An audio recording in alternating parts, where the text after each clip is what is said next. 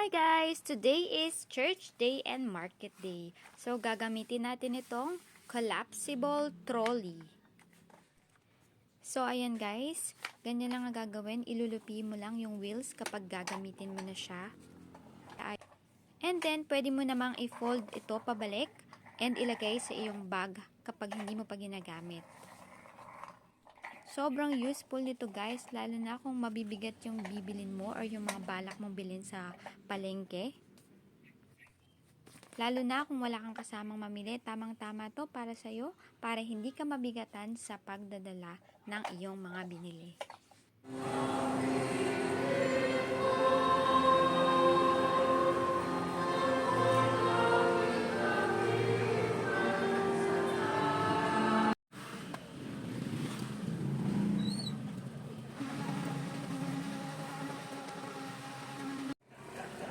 Mabigat na eh.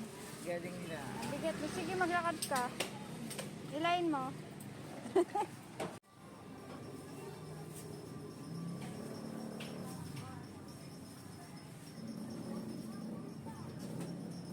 Ayan na po yung kanyang mahiwagang trolley.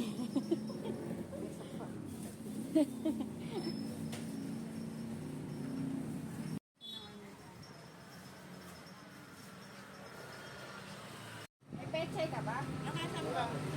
Ay, eto. Sama mo na lang dyan. Dahil dyan sa maliit 80, doon sa mga bawan.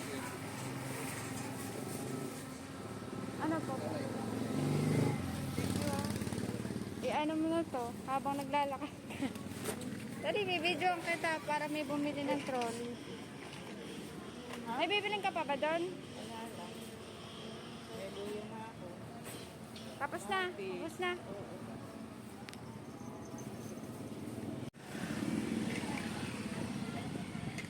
Baliktad kasi ma. Doon ang gulong. Yan, ganyan. Ay, patatas mo magkano? Yan.